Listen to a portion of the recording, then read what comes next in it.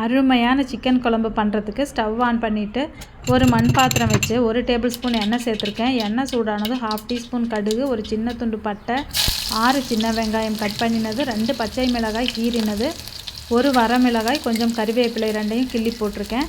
கொஞ்சம் வதங்கினதும் கொஞ்சமாக பூண்டும் இஞ்சியும் தட்டி சேர்த்துக்கிறேன். இதுவும் கொஞ்சம் வதங்கட்டும், நல்லா பெரட்டி விட்டுக்கலாம். இப்போது நம்ம பொடிகளை சேர்த்துக்கலாம். 1/2 டீஸ்பூன் மிளகாய்த்தூள், 3/4 டீஸ்பூன் ஹோம்மேட் மசாலா தூள், அப்புறம் 3/4 டேபிள் ஸ்பூன் அளவுக்கு கொத்தமல்லி தூளும் சேர்த்துட்டு நல்லா மிக்ஸ் பண்ணி விட்டுட்டு இது கூட ஒரு மீடியம் சைஸ் தக்காளியை மிக்சியில் அரைச்சி சேர்த்துருக்கேன். 1/2 டீஸ்பூன் கல்லுப்பும் சேர்த்துட்டு கலந்து விட்டுட்டு க்ளீன் பண்ணி வச்சுருக்கிற சிக்கனையும் இது கூட சேர்த்துக்கிறேன். 1/4 கிலோ சிக்கன் இது. அப்புறம் 1/2 டீஸ்பூன் அளவுக்கு மஞ்சள் தூளும் சேர்த்து நல்லா கலந்து விட்டுக்கலாம். தண்ணி சேர்க்காமல் இந்த மசாலாவிலேயே வெந்து வரணும். நல்லா மூடி வச்சு ஒரு 10 நிமிஷம் மட்டும் வேக விடுவோம். 10 நிமிஷத்தில் வெந்துடும். அதுக்குள்ளே ஒரு தேங்காய் பேஸ்ட் அரைச்சிடலாம். கொஞ்சமாக தேங்காய், ஒரு 25லேருந்து 30 வரைக்கும் பொட்டுக்கடலையும் சேர்த்து தண்ணியும் கொஞ்சம் சேர்த்துட்டு அரைச்சி எடுத்துகிட்டு வந்து இந்த சிக்கன் கூடவே சேர்த்துட்டு கூட 1 டம்ளர் தண்ணியும் சேர்த்துக்கிறேன்.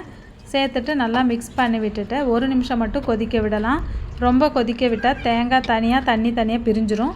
அதனால் 2 நிமிஷம் கொதிக்க விட்டுட்டு க்ளீன் பண்ணி வச்சுருக்கிற கொத்தமல்லி இலையும் தூவி மிக்ஸ் பண்ணிட்டா நமக்கு அருமையான டேஸ்ட்டில் ஒரு சிக்கன் குழம்பு ரெடி.